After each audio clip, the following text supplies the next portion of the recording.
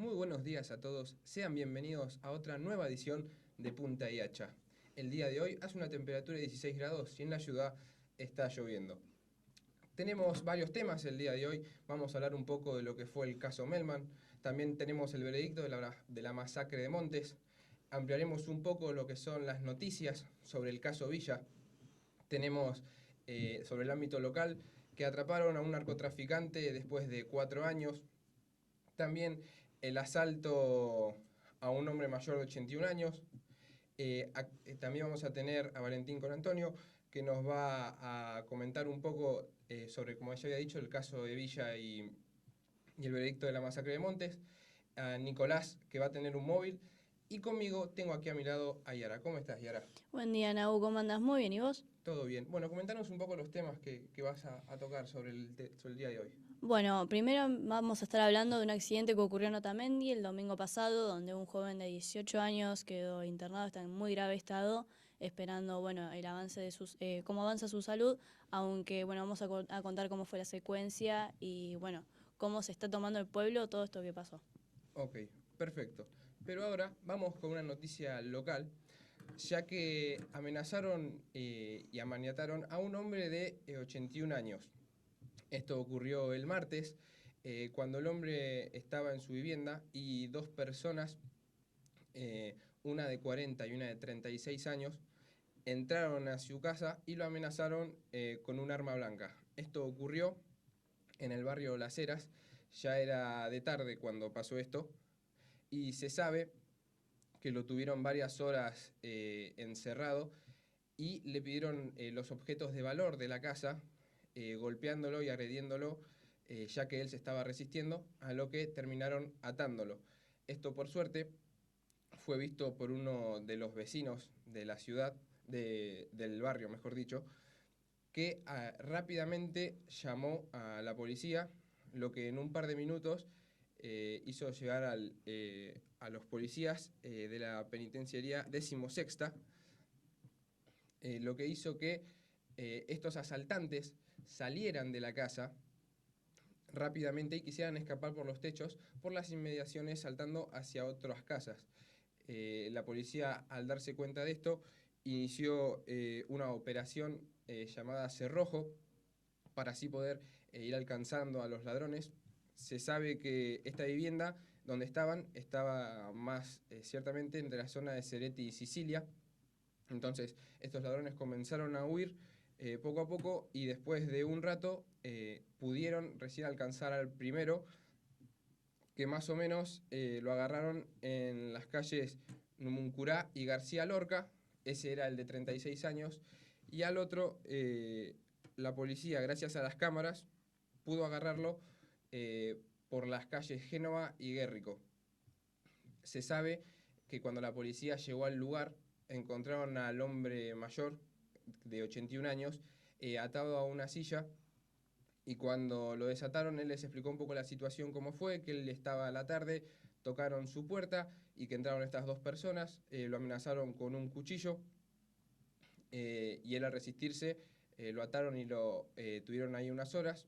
Entonces, al presentar varios golpes y heridas, fue trasladado al Hospital Interzonal de Agudos, y por ahora no se sabe cuáles fueron los elementos de valor que fueron sacados de la casa, pero sí se sabe que estas dos personas fueron imputadas por delito de robo doblemente agravado por el uso de arma blanca y escalamiento, y que tendrán que declarar frente a la Fiscalía de Fragancia María Isabel Sánchez, y que actualmente están alojados en la unidad 44 de Batán.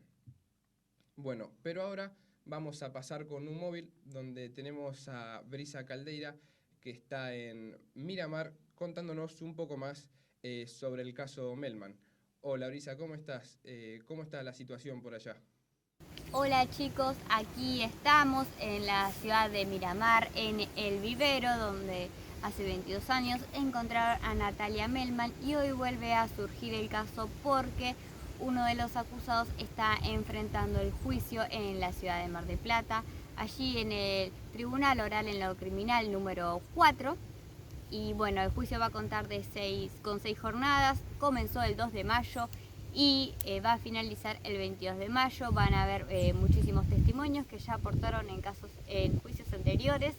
También se van a leer los alegatos de las dos partes y por último se va a dar la resolución. ¿Sí?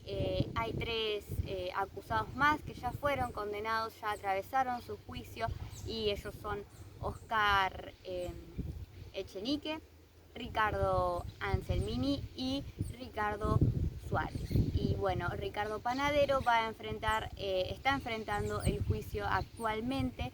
Recordemos que todos eran ex policías bonaerenses, los 3, tanto Echenique como Anselmini y también Suárez, fueron condenados a cadena perpetua y se espera por la resolución de Panadero, quien ya ha atravesado otros juicios. En primera instancia, cuando surgió el caso, fue absuelto él. Después, en 2013, la Corte Suprema recomendó que se vuelva a rever el caso y también en 2018 vuelve a quedar absuelto, pero en 2020 se llega a la conclusión de que se tiene que rever nuevamente el caso porque no se apreciaron las pruebas de la manera correcta. Entonces, como fue todo el tema de la pandemia, recién en 2023 se están retomando estos juicios, como muchísimos otros que también estaban pendientes, como el caso de Lucía Pérez, por ejemplo. Así que nada, de parte de la familia esperan que sea condenado a cadena perpetua. De hecho, habló el abogado de la familia, Federico Paruolo, y aclaró que hay muchísimas pruebas contundentes que demuestran la culpabilidad de Ricardo Panadero, y también habló que el ADN coincidió con un 93%. Por otro lado, también nombró la importancia de que los medios de comunicación cubran el caso, hagan un seguimiento, porque la familia pidió que sea transmitido por YouTube, como ha sucedido con otros juicios, pero esto no ha podido ser. Entonces es muy importante que los medios de comunicación den su apoyo, actualicen el caso, cuenten el caso, porque esto también va a servir a que los testigos puedan decir la verdad sin ningún tipo de miedo, ¿sí? Porque se ha comentado que han sufrido distintas amenazas de partes, se especula que pueden ser de las partes del acusado. Entonces, para mayor seguridad es recomendable que los medios actualicen el caso. Y por parte del abogado defensor, hizo hincapié principalmente en que obviamente los testimonios van a ser los mismos que hace 20 años, ¿sí? Del caso. Las pruebas van a ser las mismas, pero como dijeron en casación en 2020, que se va a rever la prueba porque no se pudo apreciar correctamente. Ese es el punto. No se va a modificar nada del juicio, sino que se van a rever las pruebas. Así que por parte de la familia están muy esperanzados porque sea justicia, porque aquel día en 2021 a Natalia Melman se le encuentran 5 ADNs distintos, ya condenaron a 3.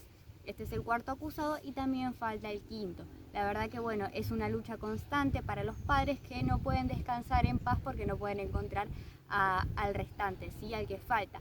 Después también hay otro acusado que le decían el Gallo, ¿sí? Su nombre es Gustavo Fernández, fue condenado a 25 años de prisión, pero solo cumplió 10. Hoy en día se encuentra en libertad y él había sido el encargado de trasladar a Natalia Melman al extremo sur de la ciudad de Miramar, a la casa en Copacabana de los policías. Ella fue trasladada en un móvil policial y hay varios testigos también que vieron esto, y por eso se resolvió que cumpla 25 años de prisión, lo que cumplió 10 y quedó en libertad. Así que estamos al tanto de lo que pueda llegar a pasar con Ricardo Panadero, pero recordemos que el caso de Natalia Melman sucedió el 4 de febrero de 2001. Ella tenía 15 años y salía de un boliche aproximadamente a las 7 de la mañana. Es cuando la secuestran y 4 días después aparece aquí en el vivero de Miramar, aparece ahorcada, ¿sí? Con un cordón de zapatilla. La verdad que es una historia que conmocionó a todo Miramar. Y 22 años después se sigue luchando por la justicia, ¿sí? Porque si bien Ricardo Panadero, como es un pueblo, una ciudad muy chica, aquí en Miramar, ha sido condenado socialmente, se espera, obviamente, que la justicia actúe porque están las pruebas contundentes, como bien aclaró Federico Paruolo, el abogado defensor de la familia. Así que nada, bueno chicos, espero que estén bien allí en el estudio, seguimos actualizando el caso y demás. Muchísimas gracias.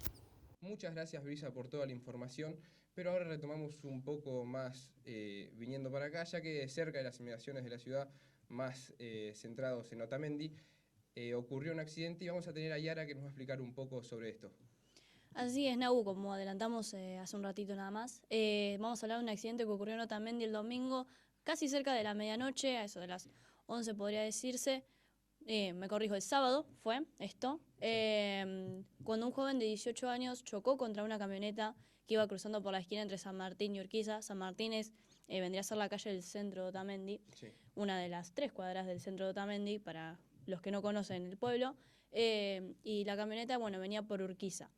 Hay un video que no vamos a mostrar por respeto a la familia, pero se puede notar que la camioneta frena en la esquina, como lo haría cualquier conductor, y la moto va con muchísima velocidad y termina chocando contra casi el capó de la camioneta, y mientras que la moto sale deslizada por el piso y el chico sale volando por el aire.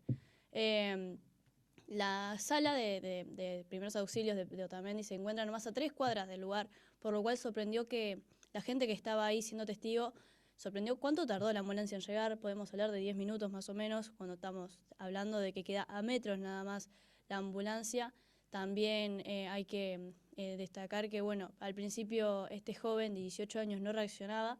Hubo mucha gente que se acercó a ver cómo estaba, que ya había un punto donde se lo asfixiaba, hasta que alguien empezó a poner orden, y esperaron a la llegada de la ambulancia, que justo cuando llegó el chico reaccionó, le preguntaron el nombre y a partir de ahí lo llevaron a la sala de primeros auxilios. La verdad es que una gravedad, ¿no? Que la ambulancia tarde tanto estando a tan poca distancia de donde pasó el suceso. Exactamente, también podemos hablar de la misma policía, que también queda metros nada más, igualmente a 2 cuadras de donde pasó esto, y también tardaron en llegar los efectivos policiales en donde ocurrió este hecho.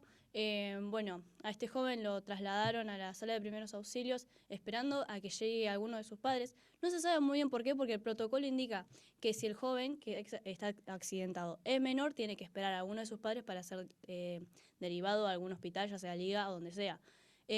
Pero al parecer habrán dado mal una información o no se entiende qué es lo que pasó ahí, que lo llevaron a la sala de primeros auxilios a esperar a que llegue alguno de sus padres, que desde que la llamaron y hasta que se apareció habrán tardado unos 20-30 minutos que se hubieran aprovechado llevándolo, trayéndolo acá a un hospital, bueno, especializado en esto y no en una sala de primeros auxilios, que es lo único que cuenta Otamendi, ¿no? La información sobre este caso fue avanzando durante las próximas horas. Se sabe que este joven, a raíz del accidente, no podemos decir, no tuvo golpes en la cabeza, aunque andaba sin casco. Sí. Eso hay que remarcarlo. La verdad es que para andar sin casco y un choque de tal magnitud, la sacó barata, por así decirlo. No sé si tanto porque, como dijimos recién, no reaccionaba. Después reaccionó. Hoy en día se encuentra con respirador al máximo. Hay muchas cadenas de oración en el pueblo donde se pide por la salud de él. La gente está muy preocupada, ya que es un chico de 18 años nada más. Sea como haya pasado el accidente, es una vida más. Y a raíz del accidente también se difundió que el chico, bueno, se le rompió el vaso, tiene 2 pulmones perforados y le tuvieron que extirpar un riñón debido a lo que fue la caída. Después de todo esto, bueno, las cadenas de oraciones son básicamente los partes que está teniendo la ciudad cercana, que es donde se pide, este joven ahora está con esto, hace poco había dicho que está en estado crítico, ahora especificaron un poquito más y dijeron que se encuentra con respirador al máximo, y están a raíz de la espera de que evolucione. Hay muchas cadenas de oración también circulando y muchos amigos también del chico que están publicando sus fotos y dándole fuerzas de alguna forma. Pero por ahora lo que se sabe es que el chico sigue internado en un estado gravísimo y que el conductor de la camioneta ya le tomaron la declaración apenas sucedió el accidente. Cuando la policía llegó, él se quedó. En el video se puede ver que chocan. Él se estaciona y va a ver cómo está el chico y se quedó dándoles declaraciones. Él iba con su novia. merodeando también como cualquier persona normal en el pueblo. Lo que pasa también es que yo creo que, o también de ser un pueblo tan chico y hacer tan tranquilo, vos podés ver motos, gente en moto sin casco muy normalmente, digamos. Claro. Lo raro sería ver a alguien con O sea, casco. no hay mucho tránsito, por así decirlo, en No la hay, ciudad. no hay mucho tránsito, la gente va rápido. Vos podés estar tomando mates tranquilamente en una plaza y ver a alguien haciendo una huila al lado tuyo. A ver, no hay mucho control, eso es la verdad. La policía no hace mucho también para revertirlo. Es como que él te puede ver sin casco y no te va a frenar, no te va a decir nada. No, tampoco es que hay alguien de tránsito como para hacer cumplir todas estas normas, pero la verdad es que los jóvenes en moto es algo muy común, ya sean menores con licencia o sin licencia. Lo que pasó hoy, ese sábado con Francisco Atlantes, el chico accidentado, es que él iba en una moto prestada a mucha velocidad por el centro de Otamendi y no vio venir una camioneta que justamente se cruzó en la esquina de San Martín y Urquiza. También podemos recordar hace poco en Otamendi, hablando más 2020, 2021, no me acuerdo bien qué año, un joven también de 19 años también se cayó de una moto sin casco y tuvo un coágulo en la cabeza, por lo cual tuvo que ser intervenido quirúrgicamente, y también hubo toda esta movida, aunque él, en este caso, este chico se había accidentado solo, no había un segundo vehículo en el medio. Chocó contra un árbol, si mal no me equivoco. Exactamente. Bueno, ahora lo que se está esperando es que Francisco pueda reaccionar, pueda evolucionar, mientras tanto el pueblo también está teniendo como reacciones encontradas, ya que al parecer hubo videos que se han difundido donde hubo gente que estaba en el medio de la escena grabando, y videos que se difundieron, nadie se sabía bien por qué, le empezaron a echar la culpa a cualquiera de los que estaban presentes ahí, directamente señalaban con el dedo y le hacían la vida imposible a esa persona, hasta que, todos los que estaban siendo apuntados con el dedo dijeron, no, yo no fui, fue esta persona, y así fue como se van pasando la bola, y también como el chico que manejaba la camioneta con la que chocó Francisco, también están apuntando contra él. Es como, la gente no sabe a quién pegarle, digamos. Claro, pasa que también es imprudencia a la hora de conducir, ¿no? Porque si vos venís a alta velocidad por la calle, más Sí. sin casco, sin nada, y no ves a la camioneta, que quizás no vi el video, pero no sé si cruza bien o mal. No, la camioneta cruza bien, frena en las esquinas, todo. El chico en la moto es el que no lo ve y pasa a gran velocidad y termina saliendo por los aires, digamos. Por eso mismo, o sea, y la gente solo ve una parte, no sabe a quién echarle la culpa, ya que ve al chico lastimado, lo ve tirado. Claro. Y es esa también la causa por la cual la gente dice, bueno, la culpa es de este. No, es que también la gente está herida, a ver, la gente quiere ver a este chico bien, básicamente quieren buscar a alguien a quien echarle la culpa, cuando en realidad no hay nadie a quien echarle la culpa, son accidentes que pasan, más cuando vas a máxima velocidad, más cuando vas sin casco, y bueno, lo que se espera ahora es que, como dijimos recién, es que la salud de Francisco pueda evolucionar bien y bueno, pueda volver a su día a día, que es lo que se esperan todos sus familiares, amigos, básicamente todo el pueblo de Otamendi. Bueno, Yara, muchísimas gracias por la información. Ahora vamos a un corte, pero en el próximo bloque vamos a tener a Valentín Colantonio, que nos va a estar comentando un poco más sobre la masacre de Montes. Ya volvemos.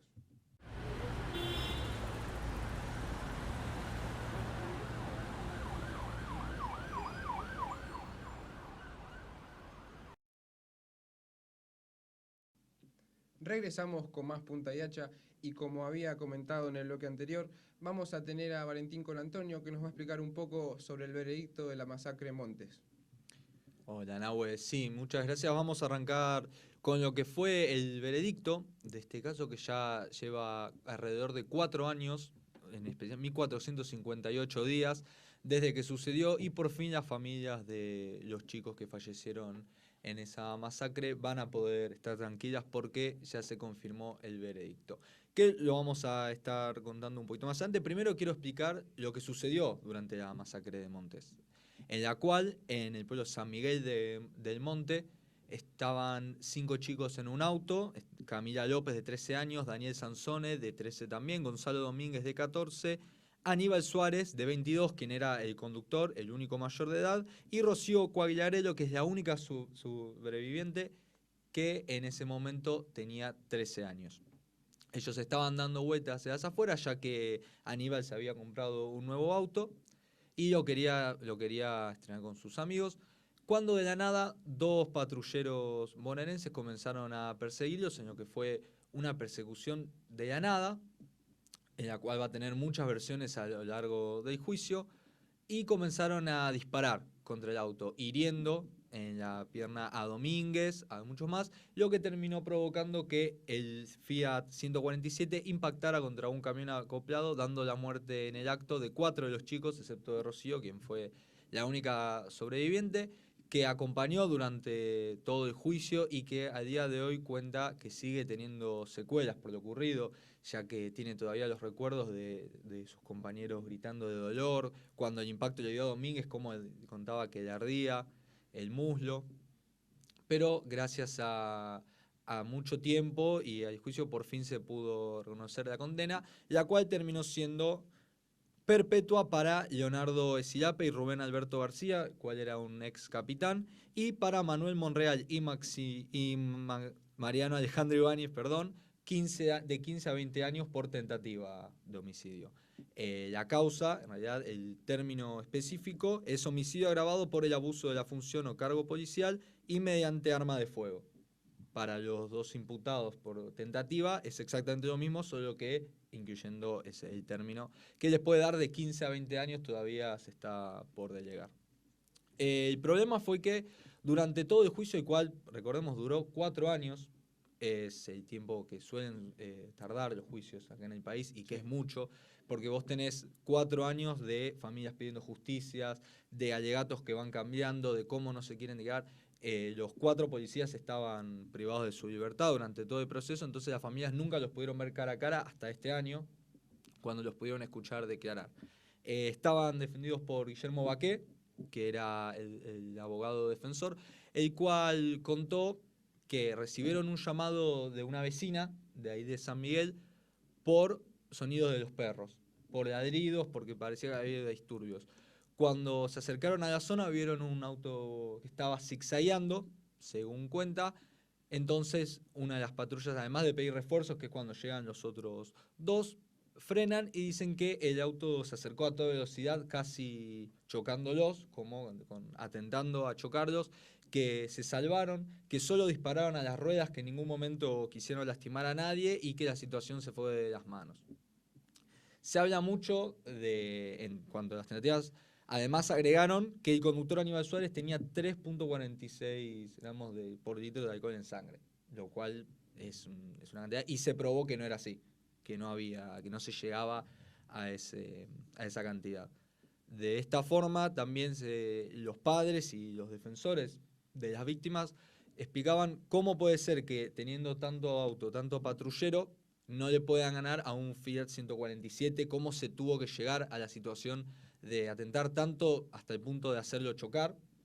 Entonces, tras todos esos alegatos y mucho tiempo, se pudo determinar que los policías eran culpables y, como ya dijimos, perpetua para 2, de 15 a 20 años para los otros, y al fin las familias pueden al menos estar tranquilos de que se hizo justicia por las víctimas. No se va, como decía Juan Carlos Sansone, papá de Daniel, que fue un protagonista de todo este juicio, ya que uno de sus alegatos inclusive hizo llorar a uno de los 12 jurados, los cuales tenían que votar en unanimidad para poder dar la perpetua, el cual contaba que se quiso quitar la vida más de 2 veces por su hijo, pero que a día de hoy la quiere vivir por él. Entonces siempre dijo que no se los iban a devolver, pero que al menos a día de hoy se hizo justicia. La verdad es que al fin, después de un largo tiempo, pudo cumplirse justicia para estas personas que fallecieron, y al fin pueden estar en tranquilidad, como dijiste vos, ¿no? Porque sí, es un caso que se supo mucho, que fue muy importante, y más por la situación en la como pasó, ya que, como dijiste vos, es una locura la forma que tuvieron que frenar ese auto, teniendo tantos patrulleros. Encontrar una forma más tranquila para hacerlo no se pudo, y se tuvo que accionar de manera agresiva. Sí, también en palabras de la defensa se fue cambiando mucho, pero en un momento se decía que los estaban filmando y que por eso atentaron de esta forma contra el auto. También era la incertidumbre de estar haciendo un juicio a policías, a miembros de la policía bonaerense, lo cual es complicado, pero bueno, el juicio se llevó en el tribunal oral en lo criminal de La Plata, Y entre las declaraciones también se contó que tal vez los chicos habían pasado por algún lugar donde los policías estaban haciendo algo que no deberían. Eso entre palabras no sé, no hay nada confirmado obviamente, y que esa podría haber sido una de las razones por la cual empezó esa persecución de la nada. Pero como ya te dije, allegatos van, allegatos vienen. Ibáñez también estaba acusado por falsedad ideológica al mentir en uno de los testimonios. Entonces era una incertidumbre grande hacerle esto a policías. Pero con todo el paso y todo el trayecto recorrido, al final se pudo hacer justicia. Bueno, muchas gracias, Valentín, por todo lo que nos explicaste y nos pusiste al día, ¿no?, sobre este tema. Ahora vamos a un corte y al regreso vamos a tener a Yara, que nos va a estar comentando sobre un narcotraficante que fue atrapado, y a Valentín, que nos va a comentar un poco sobre el caso del jugador de Boca Juniors, Villa. Ya regresamos.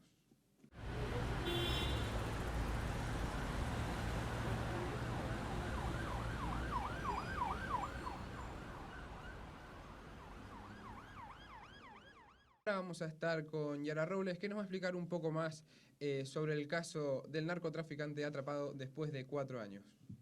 Así es, Nau, vamos a estar hablando del hombre oriundo de Paraguay, narcotraficante, que el juez Santiago Inchausti procesó con prisión preventiva luego de haber estado prófugo por 4 años, tras haber transportado 60 kilos de marihuana para la banda del Cato, que ya te voy a estar explicando qué banda era de Mar del Plata. Este hombre paraguayo de 31 años estuvo prófugo por 4 años y su nombre era Ángel David Mello Alfonso. Lo que se sabe es que fue extraditado hacia Argentina en marzo de este año, luego de que lo pudieron encontrar, ya que estaba escondido en Asunción de Paraguay.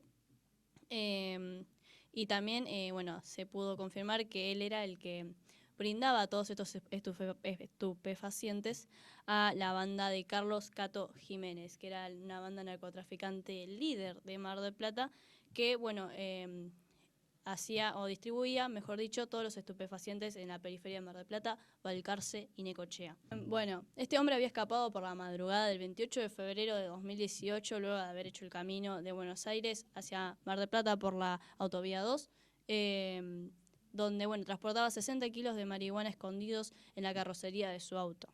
Era acompañado por dos integrantes más, Luis Fernando Núñez Martínez y Ángel Custodio Núñez Martínez, todos provenientes de Paraguay. Como dijimos recién, ellos trabajaban con Cato, quien era el que abastecía el narcomenudeo en Mar del Plata y la zona, y en ese momento esta transacción, digamos, de estupefacientes llevaba más de 400.000 pesos argentinos o $20.000 en su momento, algo así como 10 millones de pesos hoy en día. Lo que había hecho la policía era esperar a toda esta banda a que llegue a una de las casas de Cato Jiménez para poder investirlos, cosa que lograron hacer con éxito, ya que en ese momento toda la banda del Cato fue detenida, a excepción de estos 3 integrantes de esta gente que iba en el auto, que se pudieron escapar por atrás, y de ellos no se sabieron noticias hasta marzo de este año, donde fueron mandados de vuelta a Argentina para poder ser procesados por este hecho. Que hay que decir que tiene una pena, o al menos está siendo investigado por tráfico de estupefacientes de forma agravada, ya sea por la cantidad que llevaba, que eran 60 kilos ni más ni menos. Por ahora lo que se está esperando es que todos estos 3 integrantes sean procesados por la justicia marplatense, dado a que se escaparon luego de un suceso ocurrido en la ciudad, y lo cual significa también un gran avance en la policía de Mar del Plata, ya que pudieron atrapar a ni más ni menos 3 prófugos luego de 4 años. Es que después de tanto tiempo que los hayan encontrado, y por un tema tan importante como es el narcotráfico, es un gran avance para la policía de la ciudad y para todos, ¿no? Ya que esta gente esté prófuga significa que el narcotráfico va a seguir avanzando de manera desmedida. Claro, ahí lo que podemos decir ahí es que aunque sea este caso de narcotráfico, fue detenido de forma eficiente, ya que se frenó ni más ni menos a una de las bandas que más manejaba estupefacientes en la zona. Y también hay que aclarar que este integrante que distribuía la droga, Mello Alfonso, ya había regresado al país, pero como turista, y tampoco había sido detenido. Había entrado desde Brasil para atravesar el puente internacional de Trancedo Neves, y lo atraparon recién el 26 de noviembre de 2022 en Asunción por una misma causa de narcomenudeo en su país. También, bueno, en ese momento cuando fue detenido acá, no cuando fue detenido, sino cuando fue todo este operativo de la policía para poder atrapar a la banda del Cato Jiménez, Sí. estos 13 integrantes paraguayos pudieron escapar por la parte de atrás de la casa, digamos, pero habían dejado su auto, que era un BMW X1, donde transportaban toda la droga, en la calle nomás, cuando estaban por descargar todo lo que llegaba, los 60 kilos de marihuana, donde, al escapar dejaron no solamente toda esta cantidad de droga, sino también toda su licencia de conducir, toda su cédula de identidad, todo lo que pueda servir para la policía, ¿no? Para poder, identificarlos. Exactamente, básicamente dejaron las pruebas ellos Claro. para ser atrapados. Aunque, tuvieron que esperar 4 años para poder, atraparlos, y hoy en día están siendo procesados por la justicia marplatense. Bueno, Yara, muchísimas gracias por toda la información. Ahora vamos a un corte y regresamos con el último bloque, donde vamos a tener a Valentín Colantonio, que nos va a comentar sobre el caso de Sebastián Villa. Ya volvemos.